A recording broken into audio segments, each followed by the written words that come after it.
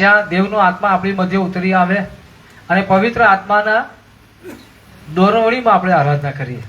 એટલા માટે યોહાનની સુવાર્તાના 4થા અધ્યાયમાં લખ્યું છે, દેવ આત્મા છે અને દેવ એવા લોકોને શોધે છે જે આત્માથી દેવનું ભજન કરે, જે પવિત્ર આત્માની પ્રેરણામાં દેવનું ભજન કરે, એવા લોકોને દેવ શોધે છે.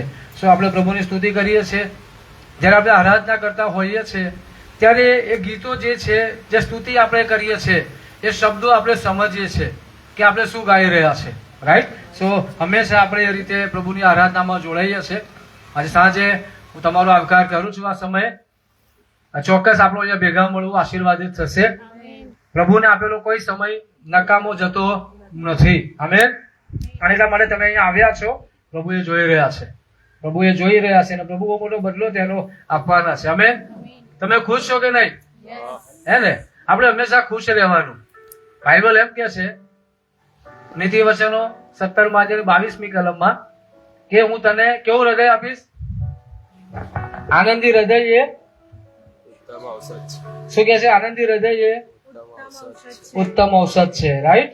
શું આપણે બધા કેવા લોકો છે? આનંદિત. કેવા લોકો છે? અને આપણે જ્યાં જઈએ ત્યાં શું લઈને જઈએ છે? આનંદ લઈને જઈએ. હે ને? આપણને જોઈને કોઈનો આનંદ મેલ્ટ થઈ જાય એવું નહીં. આપણને જોઈને એમ કે બાપા કઈ આવ્યો એવું નહીં. આપણને જોઈને લોકો કે યાર મજા આવશે, ચાલો. રાઈટ? આપણે એ રીતે જીવનારા લોકો છે. આનંદ હસી ખુશીમાં જીવનારા લોકો છે. કેમ કે આપણે જાણીએ છીએ આપણા દેવ કોણ છે. અમે તો પ્રભુની સ્તુતિ કરીએ છીએ. અને લોકની સુવાર્તા 10મો અધ્યાય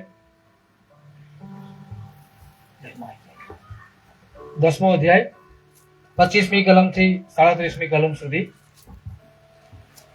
વેરી ગુડ ન્યૂઝ વાંચીશું, સાંભળીશું.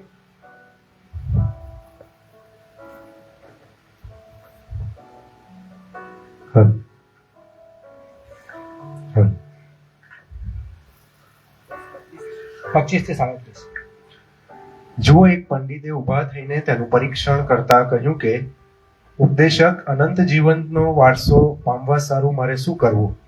તેણે તેને પૂછ્યું કે નિયમશાસ્ત્રમાં શું લખેલું છે? તું શું વાંચે છે? તેણે ઉત્તર આપ્યો કે તારા દેવ પર તારા ખરા હૃદયથી તથા તારા ખરા જીવથી તથા તારા પૂરા સામર્થ્યથી તથા તારા ખરા મનથી પ્રેમ રાખવો, અને જેવો પોતા પર તેવો તારા પડોશી પર પ્રેમ રાખવો. તેણે તેને કહ્યું કે તે ઠીક ઉત્તર આપ્યો છે, એમ કર એટલે તું જીવશે. પણ તેણે પોતાને ન્યાયી ઠરાવવાની ઈચ્છા રાખીને ઈસુને કહ્યું, મારો પાડોશી કોણ છે?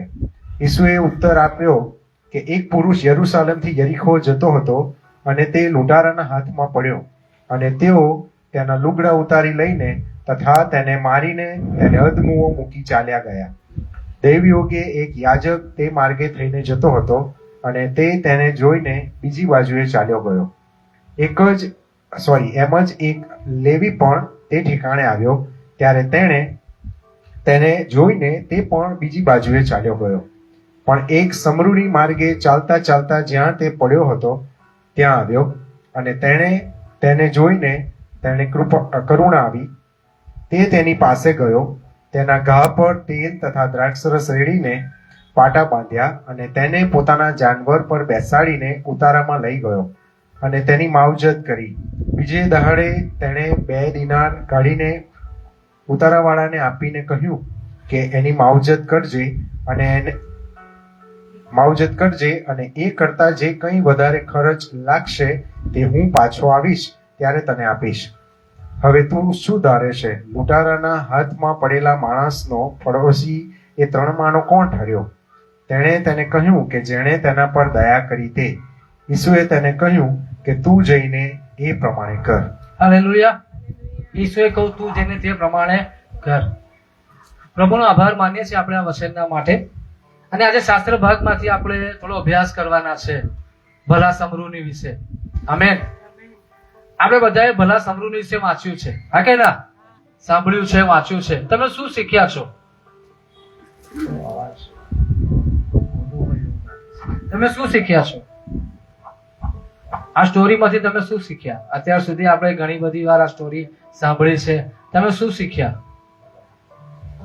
પ્રશ્ન પૂછું તમને. આ જે શાસ્ત્ર ભાગ આપણે વાંચ્યો તેમાંથી શું શીખવા મળે છે? શું શીખવા મળે છે? શું શીખવા મળે છે? ભલાઈ કરવી. આમેન. ભલાઈ કરવી બહુ સરસ, કે આપણે બીજાનું ભલું કરવું જોઈએ. રાઈટ. અહીંયા આપણે જોઈએ છે કે ભલા સમૃદ્ધિની વાત આપણે વાંચીએ છીએ, વર્ષોથી આપણે આ વાત વાંચી છે, બાઇબલમાં આપણે વાંચીએ છીએ, ચર્ચમાં સંદેશા સાંભળીએ છીએ, બીજી બધી મીટિંગોમાં આપણે સંદેશા સાંભળીએ છીએ ભલા સમૃદ્ધિ ઉપર. આજે સાંજે હું તમને કહેવા માંગુ છું, જે પવિત્ર આત્માએ મને કહ્યું ને હું તમને કહેવા માંગુ છું, આપણે ફક્ત ભલા સમૃદ્ધિના સંદેશા સાંભળવાના નથી, આપણે ભલા સમૃદ્ધિ બનવાનું છે. આમેન. દેવ એવું ચાહે છે તમારી મારી પાસે કે આપણે આ પ્રમાણે બનીએ. અહીંયા જે પ્રભુ ઈસુએ વાત કરીને એક પ્રશ્નનો જવાબ હતો. એક વ્યક્તિ આવીને એવો પ્રશ્ન પૂછ્યો કે અનંત જીવનનો વારસો પામવા માટે હું શું કરું? અને એ પ્રશ્નના જવાબમાં ઈસુ ખ્રિસ્તે આ વાત કરી. એનો મતલબ એમ છે કે આ પૃથ્વી પર આપણા કામો એ આપણા અનંત જીવનને નક્કી કરે છે. આપણે જે કંઈ આ પૃથ્વી પર કરીએ છીએ ને એની ઇટરનલ ઇફેક્ટ છે. દરેક કામની એક ઇટરનલ ઇફેક્ટ છે. સારા કામની પણ છે, ખરાબ કામની પણ એક ઇટરનલ ઇફેક્ટ છે. અને એટલા માટે અહીંયા તમને ને મને એક બહુ મોટો સંદેશો મળે છે ભલા સમૃદ્ધિ બનવા માટેનો. કે ભલો સમૃદ્ધિ કે જેના વિશે આપણે વર્ષોથી વાંચીએ છીએ, સાંભળીએ છીએ, પણ ક્યારેક એવો વિચાર આવ્યો છે કે હું તેના જેવો બની જાઉં. કારણ કે ઈસુ એમ કહું છેલ્લે આ બે માંથી કોણ તેનો સાચો પડોશી? પહેલા ઈસુએ કહું તારા પડોશી પર પ્રેમ કર. પેલા જુવાન આવીને કહે છે પ્રભુ અનંત જીવનનો વારસો પામવા માટે હું શું કરું? તો ઈસુએ કહું પ્રેમ કર, તારા પર પ્રેમ કર, તારા પડોશી પર પ્રેમ કર. તો કે તો હું કરું જ છું. અને પછી ઈસુ ખ્રિસ્તે આખી વાત સમજાવી કે એક વ્યક્તિને મારીને નાખી દેવામાં આવેલો. હવે લેવી અને યાજક જે પ્રભુ ઈસુએ કીધું ને એ લોકો હતા જેમને નિયમ શાસ્ત્ર ખબર હતી, જેમને નિયમ શાસ્ત્રની ખબર હતી. પણ એ લોકો જેમને બાઇબલની ખબર હતી એ લોકો સાઈડ પરથી જતા રહ્યા. અને એક વ્યક્તિ જે સમૃદ્ધનો છે, જેની પાસે બાઇબલ નહોતું, એ વ્યક્તિએ જ્યાં તેને જોયો તો એ વ્યક્તિએ કીધું કે ત્યાં એના ઘા પર પાટા બાંધ્યા, દ્રાક્ષારસ રેડ્યો, તેલ રેડ્યો, તેલથી સારવાર કરી તેને, અને પોતાના ગધેડા પર બેસીને એક ધર્મશાળામાં લઈ ગયો. અને જ્યાં લઈ ગયા પછી કહે છે કે એ ત્યાં એની સારવાર કરવા માટે પૈસા આપ્યા. અને ત્યાં જે માણસ સાચવતો હતો તેને એવું પણ કીધું કે આ પૈસા હું તને આપું છું, તું ખર્ચ કરજે, અને બીજો જે કઈ ખર્ચો થાય ને હું મારું કામ પતાવીને પાછા વળતા આપીને તેને જઈશ. ભલા સમૃદ્ધિની વાત છે. બરાબર. આપણે જોઈએ છે કે દેવ હંમેશા પોતાનો અલગ સમાજ ઉભો કરવા માંગે છે. એક અલગ સમાજ દેવ ઉભો કરી રહ્યા છે.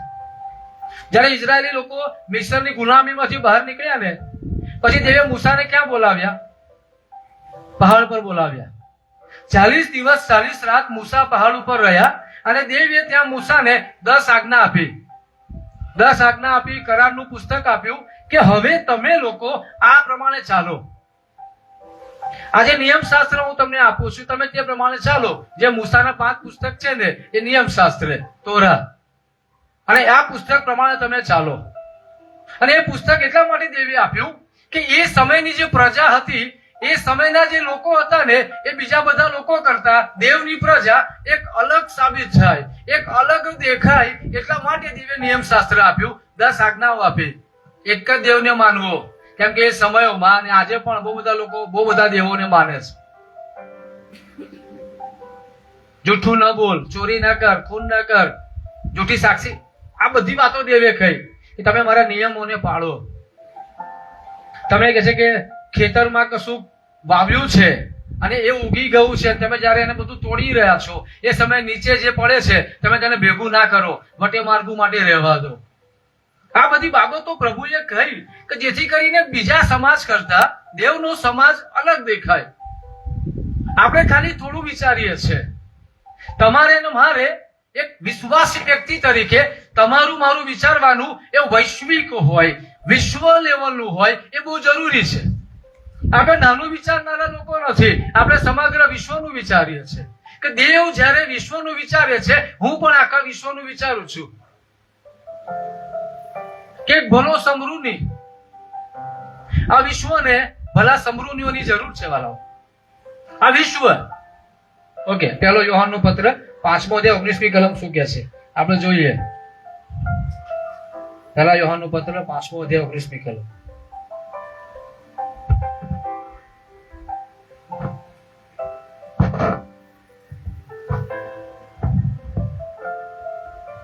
પાંચ 19.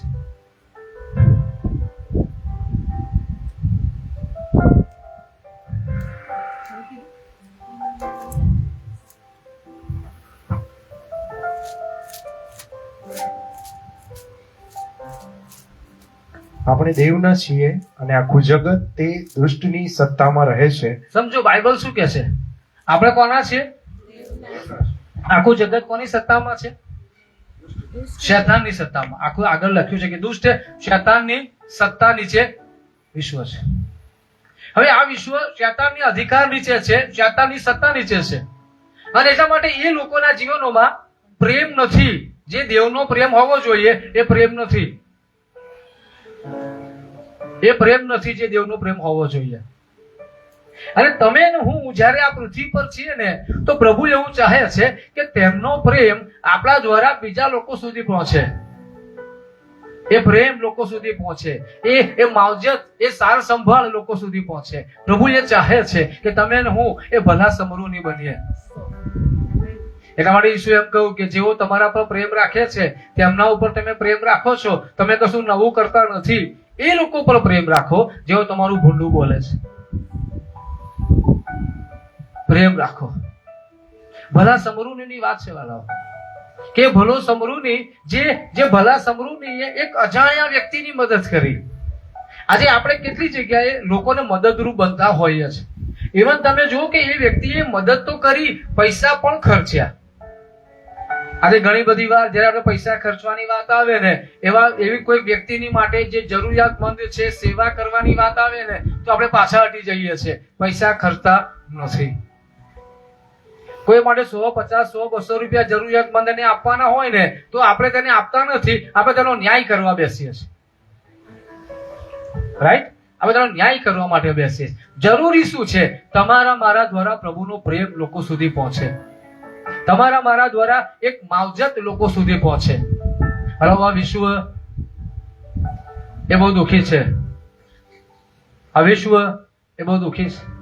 લોકોના જીવનોમાં અગણિત પ્રશ્નો છે, મુશ્કેલીઓ છે, તંગી છે, બીમારીઓ છે અલગ અલગ પ્રકારની. શું કરવું તેની તેમને સમજ નથી. અને એટલા માટે તમે હું આ પૃથ્વી પરના લોકો માટે એક આશા છે. ઈસુએ કહ્યું, તમે જગતનું અજવાળું છો, તમે પૃથ્વી પરનું મીઠું છો. આ વિશ્વને પ્રેમની જરૂરિયાત છે. બાઇબલ કહે છે કે દેવે જગત પર પ્રેમ કર્યો, પોતાનો દીકરો આપ્યો, અને દીકરાએ પ્રેમ કર્યો, પોતાનો જીવ આપી દીધો. તમારે ને મારે આ સંદેશ પૃથ્વીના છેડાના લોકો સુધી પહોંચાડવાનો છે. એ પ્રેમનો સંદેશ લોકો સુધી પહોંચાડવાનો છે. કે બાઇબલ આપણને શીખવે છે કે આ વિશ્વ ઉપર આપણે પ્રેમ કરીએ. મેં એટલા માટે તમને કહું કે તમે હું એક નાનું વિચારનારા લોકો નથી. તમે નાનું વિચાર. આજે હું તમને એક વાત કરું. જયારે કોઈ મંડળી શબ્દ બોલે છે ને, મંડળી શબ્દ, તો તમને મને શું યાદ આવવું જોઈએ? આજે કોઈ વ્યક્તિ જયારે મંડળી શબ્દ બોલે, હું આજે કદાચ સંદેશો આપતા મંડળી શબ્દ બોલું છું, કદાચ આપણા ચર્ચમાં પાળક સાહેબ કે બીજા કોઈ સેવક મંડળી શબ્દ બોલે છે, રાઈટ? તો તમને ને મને મંડળી એટલે આપણી જે 4 દિવાલોમાં બેઠેલી મંડળી એ ના ખ્યાલ આવવો જોઈએ. તમને ને મને ખ્યાલ આવવો જોઈએ વૈશ્વિક મંડળી, સાર્વત્રિક મંડળી જે ઈસુ બાંધી રહ્યા છે. માથી 16:18 ઈસુએ કહ્યું, હું મારી મંડળી બાંધીશ. અને પ્રભુ એ કામમાં લાગેલા છે. તે તમને ને મને ખ્યાલ આવવો જોઈએ આપણે ચર્ચના સભ્યો છે, ઓફકોર્સ સ્થાનિક ચર્ચના સભ્યો છે, પણ સાથે નવો જન્મ પામવા દ્વારા આપણે સાર્વત્રિક મંડળીના ભાગીદાર પણ બની ગયા છે. નવો જન્મ પામેલા લોકો જ એ સાર્વત્રિક ચર્ચના સભ્ય છે, બાકી નહીં. બાઇબલ આપણે જોઈશું કોઈ વાર, બાકી નહીં. રાઈટ? સો આજે જયારે આપણે મંડળીની વાત આવે છે ત્યારે હું જે ચર્ચનો સભ્ય છું એ જ મારા મગજમાં પિક્ચર નથી આવતું. એક વૈશ્વિક પિક્ચર આવે છે કે ઈસુ એ સાર્વત્રિક મંડળી બનાવી રહ્યા છે. અને એ મંડળી જે સાર્વત્રિક છે, યુનિવર્સલ છે, એ યુનિવર્સનું વિચારે છે. એ યુનિવર્સનું વિચારે છે. શું તમે કદી રીતે વિચાર્યું છે વિશ્વ માટે હું શું કરી શકું છું? હું શું કરી શકું છું? તમને ને મને એક પ્રેમનો સંદેશો આપવા દેવે પસંદ કર્યા. થોડા દિવસ પહેલા કે છે કે બોમ્બેમાં ટ્રેનની અંદર 2 જણા આવી રહ્યા હતા અને દરવાજો બંધ કરવાની બાબતમાં એક 22 વર્ષના છોકરાને મારી નાખ્યો. એ પાપની અસરો છે વાલા, એ પાપની અસરો છે. એક છોકરીએ કહે છે કે એક છોકરાને ઉપર લઈ ગઈ 400 ફૂટ નીચે ખાઈમાં નાખી દીધો. આ તો 2-3 વાતો તમને ને મને ખબર પડી, બાકી દુનિયામાં હજારો આ બધી બાબતો બનતી હોય છે. પણ હું કહેવા માંગુ છું, આ વિશ્વમાં જે પ્રકારે લોકોની સાથે વ્યવહાર થઈ રહ્યો છે, તમારો અને મારો વ્યવહાર લોકો સાથે અલગ હોવો જોઈએ, તો ખબર પડશે આપણે ખ્રિસ્તના છીએ. આપણે જોઈએ છીએ ઉત્પત્તિના 4થા અધ્યાયમાં, જ્યાં કાઈને હાબેલનું ખૂન કરી નાખ્યું, એક ભાઈએ ભાઈનું ખૂન કરી નાખ્યું. એ પાપની અસરો હતી. ત્યાં એ પાપની અસરો હતી. પ્રભુ ઈસુ ખ્રિસ્ત આ પૃથ્વી પર પાપના માટે મરણ પામવા માટે આવ્યા. તેમણે પાપના માટે કિંમત ચૂકવી, અને કિંમત ચૂકવ્યા પછી, પુનરુત્થાન પામ્યા પછી હવે એ સંદેશો તમને ને મને આપ્યો છે, જાઓ અને મારો સંદેશો પૃથ્વીના લોકો સુધી પહોંચાડો. ફક્ત શબ્દો દ્વારા નહીં, તમારા જીવન દ્વારા. ભલા સમરૂની વાત છે વાલાઓ. તમે શું કદી કોઈનું ભલું કર્યું છે?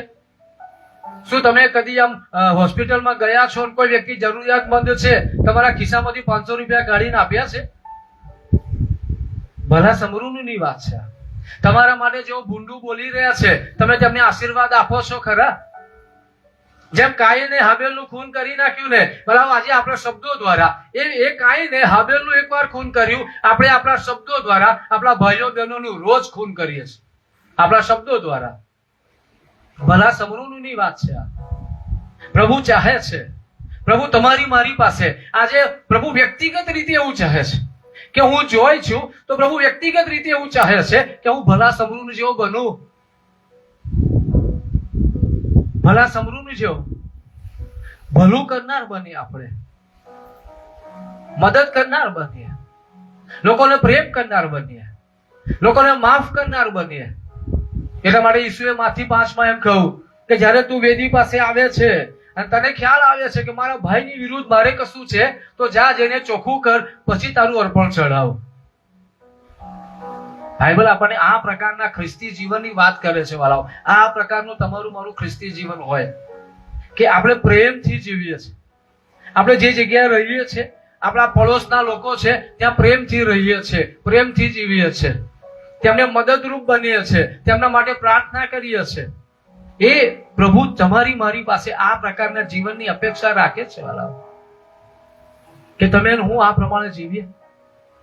તમે જુઓ તો બાઇબલમાં પાઉલ જે છે એ વિશ્વાસના પ્રેરિત છે, પીતર એ આશાના પ્રેરિત છે, અને યોહાન એ પ્રેમના પ્રેરિત. યોહાન પ્રેમના પ્રેરિત. તમે યોહાનના પત્રો વાંચો ને, 1, 2, 3 પત્ર જે છે એમાં બધી પ્રેમની વાતો. પ્રેમ કરો. જો તમે માણસને જુઓ છો, તમે તેને પ્રેમ નથી કરી શકતા, તો દેવને પ્રેમ કેમ ન કરશો? તમે દેવને જોતા નથી.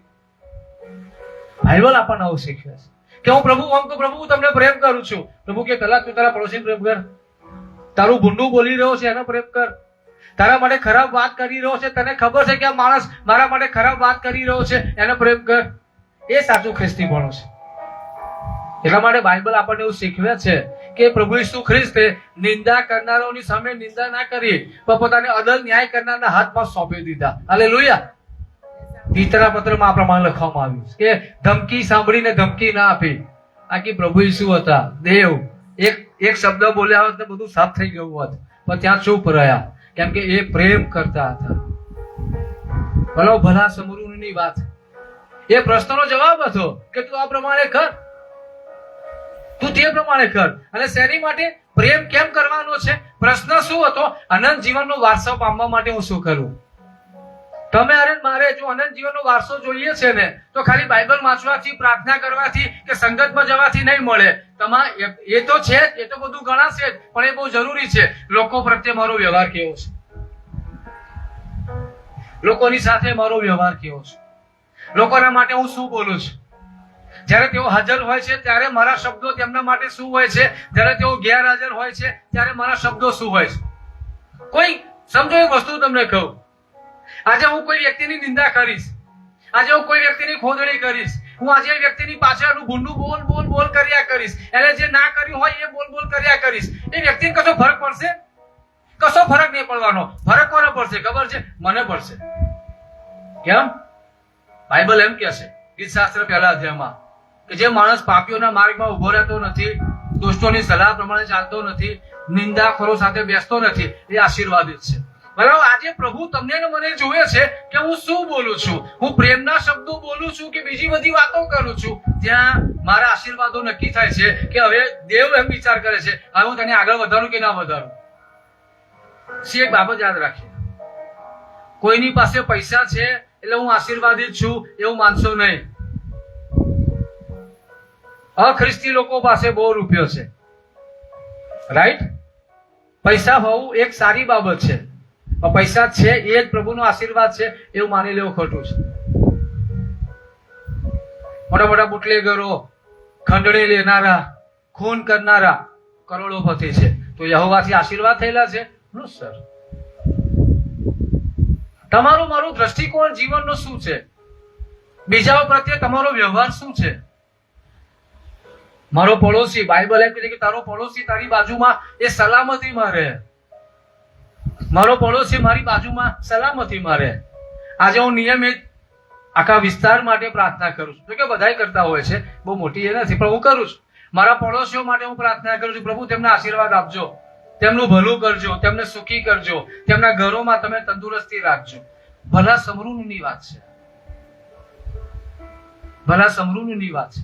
તમે રોડ પર જઈ રહ્યા છો ને કોઈક ઉંમરવાળા દાદી છે જેમના કપડા ફાટી ગયા છે, ભીખ માગી રહ્યા છે, ત્યાં તમારું પ્રેમ બતાવવાની જરૂરિયાત છે. હા, અમુક જગ્યાએ આપણે નથી આપતા કારણ કે એ લોકોએ ધંધો બનાવ્યો છે, પણ અમુક જગ્યાએ આપણને ખ્યાલ આવે છે they are needy people. આપણે ત્યાં પૈસા આપે છે. તમે રસ્તા પર જઈ રહ્યા છો, કોઈના પગમાં ચંપલ નથી, હું તમે ચંપલની વ્યવસ્થા કરી આપો. આપણે કરીએ છીએ એટલા માટે હું તમને કહું છું. ભલા સમૃદ્ધિ, ભલો સમૃદ્ધિ એ છે જેને નહોતો ઓળખતો તેને મદદ કરી. શ્રી પ્રભુ આ પૃથ્વી પર ચીનો, ચમત્કારો, સાજાપણું, દુષ્ટ આત્માઓનું કાઢવું, આ બધું જબરજસ્ત બની રહ્યું છે. કે તમને ખબર નહીં હોય, મને ઓછી ખબર, પણ આ વિશ્વ બધું બની રહ્યું છે. બધા દેવ એવું ચાહે છે કે એક એવો સમાજ ઉભો થાય જે પ્રેમનો સમાજ હોય. એટલા માટે બાઇબલ આપણને એવું કહે છે રોમન 5 અને 5 માં કે પવિત્ર આત્મા દ્વારા તમારા મારામાં દેવનો પ્રેમ વેવડાવવામાં આવ્યો છે. પવિત્ર આત્મા દ્વારા આપણામાં દેવનો પ્રેમ વેવડાવવામાં આવ્યો છે કે હું દેવના પ્રેમથી બીજાને પ્રેમ કરું, હું એના માટે પ્રાર્થના કરું. પાઉલ એમ કહે છે કે કોને દુઃખી જોઈને હું દુઃખી થતો નથી, કોને મુશ્કેલીમાં જોઈને હું મુશ્કેલીમાં આવતો નથી. હું આજે જયારે સુવાર્તા પ્રચાર કરું છું, હું ઘણા લોકો રોડ પર જોઉં છું ને તો રોડ પર ઉભા રહીને તેમના માટે પ્રાર્થના કરું છું. કેમ? હું તેમને પ્રેમ કરું છું. હું ચાહું છું તમે આ અંધકાર ભર્યા જીવનમાંથી બહાર આવો, હું તમને પ્રેમ કરું છું.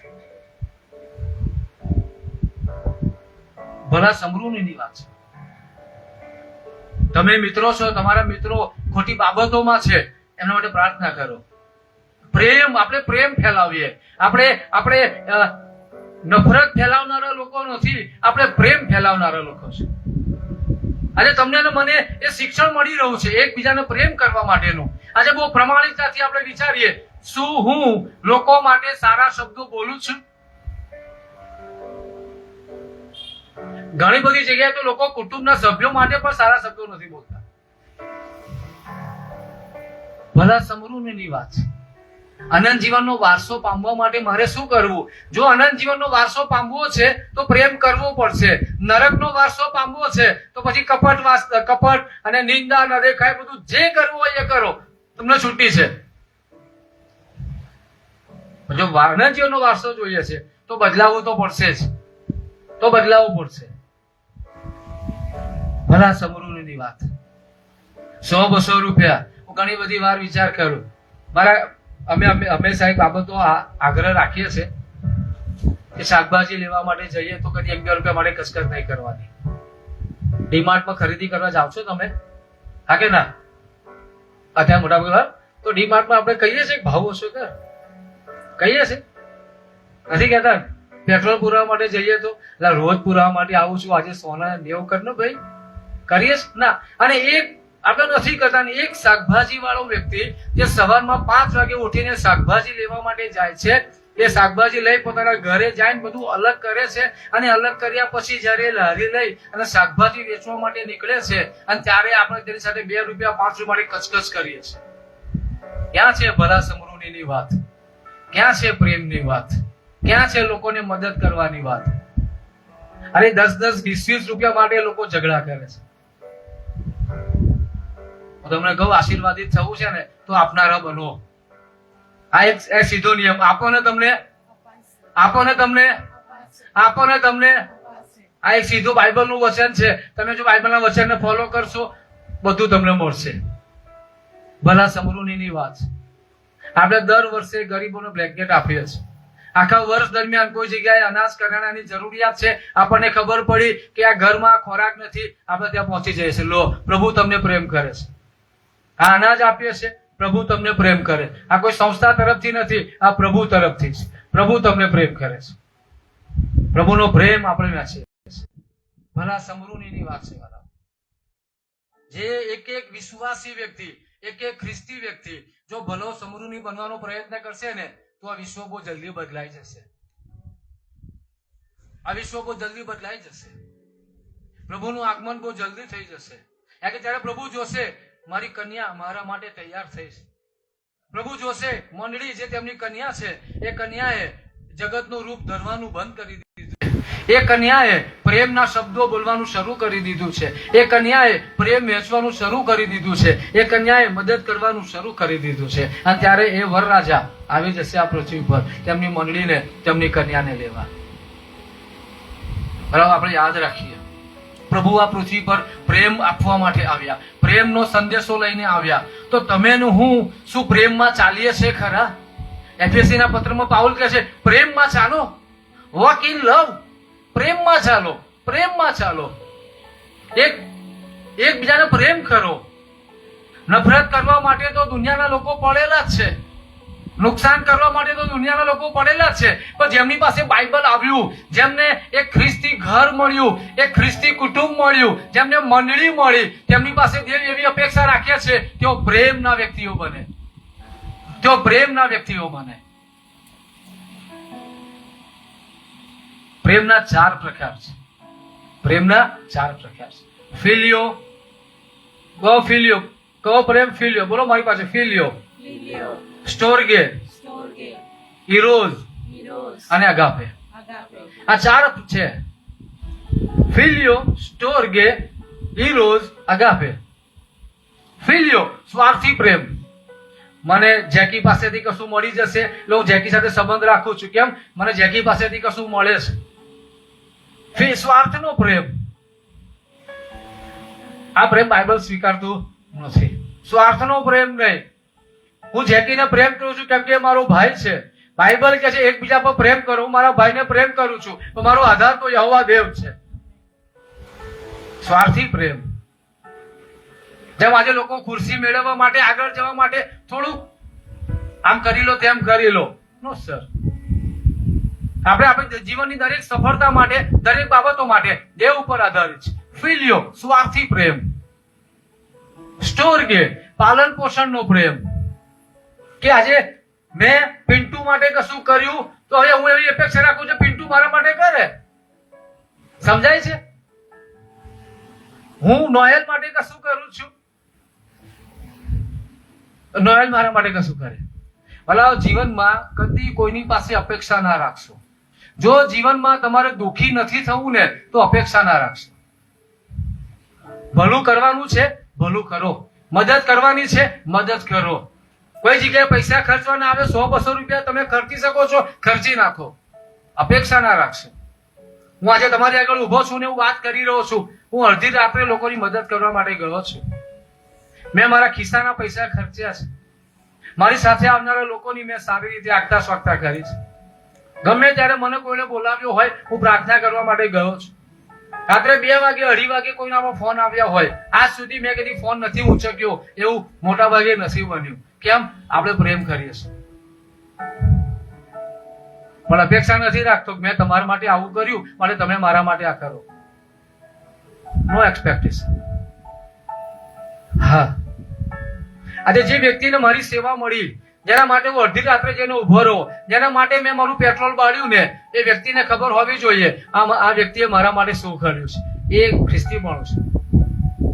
એટલા માટે જયારે પ્રભુએ 10 કોળિયાઓને સાજાપણું આપ્યું ને, એ 10 માંથી એક જ કોળિયો આભાર માનવા માટે આવ્યો, તો પ્રભુ ઈસુએ શું કહ્યું? બાકીના 9 ક્યાં ગયા? શું તેમને દેવે સાજાપણું નહોતું આપ્યું? સાજાપણું આપેલું. આભાર માનવા માટે એક જ વ્યક્તિ કેમ આવ્યો? ત્યાં પ્રભુએ તમને ને મને એક મહત્વનું લેસન શીખવ્યું કે જે વ્યક્તિઓ તમારા માટે કશું કરી રહ્યા છે ને, એમના માટે તમારા હૃદયમાં આભારી ભાવ હોવો જોઈએ. આ વિશ્વનો તો સાહેબ, આ વિશ્વમાં એવા લોકો છે જે ફક્ત ઉપયોગ કરવામાં માનતા હોય છે. ફિલિયો સ્ટોરગે નો સર, મદદ કરો, પુષ્કળ મદદ કરો, પણ અપેક્ષા ના રાખશો કોઈની પાસે. જે સાચો વ્યક્તિ હશે ને, એ તમારા પ્રેમનો પ્રતિભાવ આપશે જ. તમે એના માટે એક ગ્લાસ પાણી આપ્યું હશે ને, એ કદી ભૂલશે નહીં કે વ્યક્તિએ મને એક ગ્લાસ પાણી આપ્યું. આ વ્યક્તિએ મારી મુશ્કેલીના સમયમાં આવીને ઉભો રહ્યો. આ વ્યક્તિ મારા માટે અધરાતે મધરાતે પ્રાર્થના કરવા માટે ઉભો રહ્યો. સાચો ખ્રિસ્તી માણસ એ બાબત નહીં ભૂલે. ત્રીજો પ્રેમ છે ઇરોઝ. ઇરોઝ એટલે દેહ આકર્ષણનો પ્રેમ. દેહ આકર્ષણ. કોઈ છોકરો છે કે આ છોકરી બહુ સારી દેખાય છે, કોઈ છોકરી કહે છે કે આ છોકરો બહુ સારો દેખાય છે, અને પ્રેમ થયો. કયો પ્રેમ? દેહ આકર્ષણનો પ્રેમ. મેં એક સાક્ષી સાંભળેલી ઘણા સમય પહેલા. એક છોકરો છોકરી સગાઈ કરી. છોકરી બહુ સરસ સુંદર દેખાતી હતી. કે બંનેના એન્ગેજમેન્ટ થયા. આ મેં સાંભળેલી વાત છે. પ્રભુના એક સેવક નામ મળે, અને બહુ એન્ગેજમેન્ટ થયા અને છોકરી બહુ સરસ દેખાતી હતી, સુંદર દેખાતી હતી. એન્ગેજમેન્ટ થયા અને બહુ લગ્ન લેવાના હતા. થોડા સમયમાં જ એવું બન્યું કે કોઈક એક્સિડન્ટમાં એ છોકરીનો ફેસ ખરાબ થઈ ગયો. કોઈક એક્સિડન્ટમાં એ છોકરીનો ફેસ ખરાબ થઈ ગયો, અને ત્યારબાદ એ છોકરાએ લગ્ન કરવાની ના પાડી દીધી. હું તારી સાથે લગ્ન નહીં કરું. શાનો પ્રેમ હતો? શરીરનો પ્રેમ. જે આપણે અત્યારે હાલના સમયમાં જોઈએ છે. એટલે બધું ચાલુ આવ્યું છે વર્ષોથી, કઈ નવું નથી અત્યારે.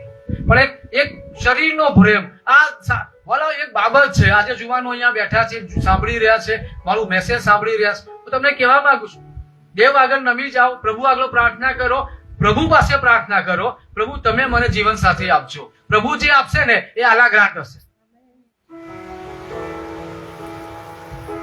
જોરદાર હશે. સમજાય? એક શારીરિક પ્રેમ. શારીરિક પ્રેમ, ઇરોઝ, શારીરિક પ્રેમ. અને ચોથો પ્રેમ છે અગાપે પ્રેમ. અગાપે પ્રેમ જે બિનશરતી છે, જે પ્રભુ ઈસુ ખ્રિસ્તે તમારા મારા પર કર્યો, જે દેવે આપણા ઉપર કર્યો. કે જ્યાં આપણે પાપમાં હતા, રોમન 5 પાઉલ લખે છે, જ્યારે આપણે પાપમાં હતા ત્યારે દેવે પોતાના પુત્રને મોકલી આપ્યા, આપણા માટે બલિદાન આપ્યું, અને એમ કરવા દ્વારા દેવે પોતાનો પ્રેમ આપણા ઉપર પ્રગટ કર્યો. હાલેલુયા. અને એ જ પ્રેમ પ્રભુ ચાહે છે આપણે બીજાઓને કરીએ. અગાપે, બિનશરતી પ્રેમ, unconditional love. Unconditional love, unconditional love. કે ભલો સમરૂની સેવા કરી, પૈસા ખર્ચ્યા, સમય આપ્યો. આજે આપણે જોઈએ છે કે લોકો જયારે કોઈ વ્યક્તિ મુશ્કેલીમાં છે ને, ત્યારે એ મુશ્કેલીમાં છે તેનો આનંદ ઉઠાવતા હોય છે. મેં જોયા છે, એટલા માટે હું કહું છું. કોઈના ઘરમાં પ્રશ્ન છે, કોઈનો છોકરો આડાવડા લાઈન પર છે, કોઈના ઘરમાં આ તો બરાબર જ છે ને, એવું થાય જ ને. નો સર, તમારી મારી પહેલી ફરજ, જો આપણે દેવના પ્રેમથી ભરાયા છે ને, આપણે ત્યાં પ્રાર્થના કરવા માટે બેસીએ છીએ, ન્યાય કરવા નથી બેસતા. એટલા માટે ઈસુએ જયારે યોહાનની સુવાર્તાના 8મા અધ્યાયમાં એક સ્ત્રી વ્યભિચાર કરતા પકડાઈ હતી, જયારે ઈસુ પાસે લાવવામાં આવ્યા, લોકો પથ્થર મારી રહ્યા હતા. પથ્થરે મારો. અને પથ્થર ઉઠાવનારા લોકો એ વિશ્વાસી લોકો હતા. એટલા માટે ઈસુ એમ કહું, એ શું કહેતા હતા? મૂસાના નિયમ શાસ્ત્રમાં લખ્યું છે હવીઓને પથ્થરે મારવી. અને ઈસુએ કહ્યું, ભારો, મારો પથ્થર, એક નહીં 2 પથ્થર, 50 પથ્થરે મારો. જયારે પાપ ના કર્યું હોય એ પહેલો પથ્થર મારે. કેટલું સરસ વાત છે નહીં? જયારે પાપ ના કર્યું હોય એ પહેલો પથ્થર મારે. એટલે એક વ્યક્તિ ત્યાં ઉભો રહ્યો નહીં. બરાબર. આજે જયારે બીજાનો હું ન્યાય કરું ને, બીજી વ્યક્તિ આવી, ત્રીજી વ્યક્તિ આવી, મારામાં હજારો દુર્ગુણ છે, હું સંપૂર્ણ નથી. પ્રભુ ચાહે છે આપણે લોકોના દોષ શોધવા હોય તો હજારો મળશે, ભૂલો શોધવી હોય તો હજારો મળશે, પણ આપણે બધું બાજુ પર મૂકીને દેવનો પ્રેમ લોકો સાથે વહેંચીએ છીએ. પ્રેમ વેચ. હલો, તમે હું, વી આર લવ સ્પ્રેડર. પ્રેમ ફેલાવનારા લોકો છે. આપણે પ્રેમ ફેલાવનારા લોકો, જ્યાં જઈએ ત્યાં પ્રેમ ફેલાવીએ છીએ. જ્યાં જઈએ ત્યાં પ્રેમ. કોઈ આપણા ઘરે કામ કરવા માટે આવ્યું, બેસ, મારા ઘરે આ કામ છે, કરીને જા. જમવાના ટાઈમે જમવાનું, ચાના ટાઈમે ચા. એને ખબર નથી, પણ તું મારા આંગણે આવ્યો છું, તું મારા આંગણાથી કામ કરીને જા. એ પેલા તું અહીંથી શાંતિમાં જા. મારા ઓફિસમાં હમણાં સેન્ટર પર એક કામ હતું, બધું પ્લાસ્ટર ઉખડી ગયું હતું, પ્લાસ્ટર કરવાનું હતું અને બીજું ઘણું બધું હતું. ત્યાં 2-3 માણસો આવ્યા. સવારથી સાંજ એમણે કામ કર્યું. ચા, નાસ્તો, શેરડીનો રસ, બધી સારામાં સારી વ્યવસ્થા પૂરી પાડી. એ ભાઈ જયારે કામ પૂરું કરીને ગયા તો મને એમણે એમ કહું, આવું અમને કોઈ જગ્યાએ નથી મળ્યું. બધું મારું બાઇબલ મને એવું કહે છે, એકબીજામાં પ્રેમ રાખો. આપણા ઘરે આવનાર મજૂર માણસ ભલે ફાટલા કપડા પહેરીને આવ્યો હોય, પણ આપણે યાદ રાખીએ એ દેવની પ્રતિમા પ્રમાણે બનેલો માણસ છે. આપણે કપડા જોઈને વ્યવહાર નથી કરતા. ભાઈ આ સારા કપડા પહેર્યા, આવો નો સર. ખરાબ કપડા પહેર્યા, ભાઈ એને બહાર બેસાડો. ના, આપણે એવું નથી કરતા. એકબીજાને પ્રેમ કરીએ છીએ. રાઈટ? સો પ્રભુ આપણી મદદ કરે આ બાબતો માટે, ભલા સમૃદ્ધિ બનવા માટે આપણી મદદ કરે. અને આ સંદેશો હું આપું છું, બહુ પ્રાર્થના સાથે આપું છું કે એક વ્યક્તિ નક્કી કરશે હું ભલો સમૃદ્ધિ બનીશ. એક વ્યક્તિ નક્કી કરશે હું અદેખાઈની સામે અદેખાઈ, નિંદા સામે નિંદા નહીં, પણ હું પ્રેમ જ આપીશ. એક વ્યક્તિ તો આ વિશ્વ બહુ સરસ બની જશે. આ વિશ્વ બહુ સરસ. બાકી બહાર દુનિયામાં તો મારી કાપા કાપી બધું જ છે. પણ દેવના લોકો તરીકે આપણે શું ફેલાવી રહ્યા છે? શું નફરત ફેલાવી રહ્યા છે? કડવાશ ફેલાવી રહ્યા છે? લોકોની ખોટી વાતો કહીને એમને નીચા પાડી રહ્યા છે? એમનું અપમાન કરી રહ્યા છે? એમને શરમમાં મૂકી રહ્યા છે? શું કરી રહ્યા છે? કે આપણે લોકોને પ્રેમ આપી રહ્યા છે. લોકોને પ્રેમ આપી રહ્યા છે. લોકોને પ્રેમ આપી રહ્યા છે. અલાવ બહુ એક વાત કહું, જે હું જોઉં છું એટલા માટે, તમે હું પ્રેમ આપવા માટે છે. હું આજે બાઇબલ લઈને ફરું, બાઇબલ મારું આમ હોય આમ, હાલેલુયા હાલેલુયા હાલેલુયા, આને પ્રેમ ના કરું ને તો મારું હાલેલુયા કશા કામનું નથી. આ બાઇબલ કોના માટે? એક વાત પૂરું કરીશ. આમ તો મને એવી ઈચ્છા છે કે હું 2-3 કલાક સંદેશ આપું. સમય ઓછો પડે, આમ બી વરસાદના લીધે આપણી મિટિંગો થોડું પ્રાર્થના કરજો કે રેગ્યુલર મિટિંગો થાય એ માટે પ્રભુ વ્યવસ્થા પૂરી પાડે, પ્રભુ આપણને પોતાની જગ્યા પૂરી પાડે. આ બાઇબલ કેવળ તમારા મારા માટે છે. અખ્રિસ્તી લોકો માટે આ બાઇબલ નથી. ખાલી ખ્રિસ્તી વ્યક્તિઓ માટે, વિશ્વાસી વ્યક્તિઓ માટે આ બાઇબલ છે. અને આ બાઇબલમાં લખવામાં આવ્યું છે. આ બાઇબલ તમારા મારા માટે છે. તમને મને સમજાવે છે આપણે પ્રેમ વહેંચીએ છીએ, પ્રેમથી રહીએ છીએ. અડોશમાં પડોશમાં પ્રેમથી રહીએ છીએ. જે જગ્યાએ જઈએ છીએ ત્યાં પ્રેમથી રહીએ છીએ. લોકો માટે પ્રાર્થનાઓ કરીએ છીએ. તમારું ભૂંડું બોલી રહ્યા છે એમના માટે પ્રાર્થના કરો, એમને પ્રેમ આપો, જરૂરિયાતના સમયે એમની મદદ કરો. એ સાચું ખ્રિસ્તીપણું છે. એ સાચું ખ્રિસ્તીપણું છે. અને જયારે આપણે એ પ્રમાણે જીવીશું ને, સ્વર્ગ આ પૃથ્વી પર આવી જશે. પ્રભુ આ પૃથ્વી પર આવી જશે. પ્રભુ એમની મંડળીને આ પૃથ્વી પરથી લઈ જશે. રાઈટ? આપણે આંખો બંધ કરીએ, આપણી આંખોને બંધ કરીએ મારા. અને ભલા સમૃદ્ધિ વિશે વાંચીએ તેટલું નહીં, પણ આપણે ભલા સમૃદ્ધિ બનીએ. દેવનો સાચો માણસ એ મેલ હોય ફિમેલ હોય, એ પ્રેમનો વ્યક્તિ હોય છે. દેવનો સાચો વ્યક્તિ એ પ્રેમનો વ્યક્તિ હોય છે. એ દૈવીય પ્રેમથી ભરાયેલો હોય છે. એ પ્રભુના પ્રેમથી ભરપૂર હોય છે. અને એટલા માટે જયારે જે કોઈ જગ્યાએ જાય છે ત્યાં પ્રેમ છલકાવે છે, પ્રેમ આપે છે. હાલેલુયા.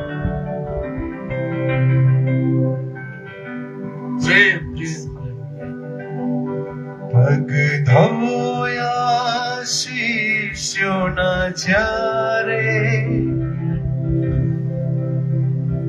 રીતિ શીખવી તેણે ત્યારે, દેવનો આત્મા જ્યારે આપણે મધ્ય શિષ્યોના જ્યારે, રીતિ શીખવી તેણે ત્યારે, રાખો રાખો તમે પ્રીતિ, પ્રભુ ઈસુએ દીધી પ્રીતિ, માથું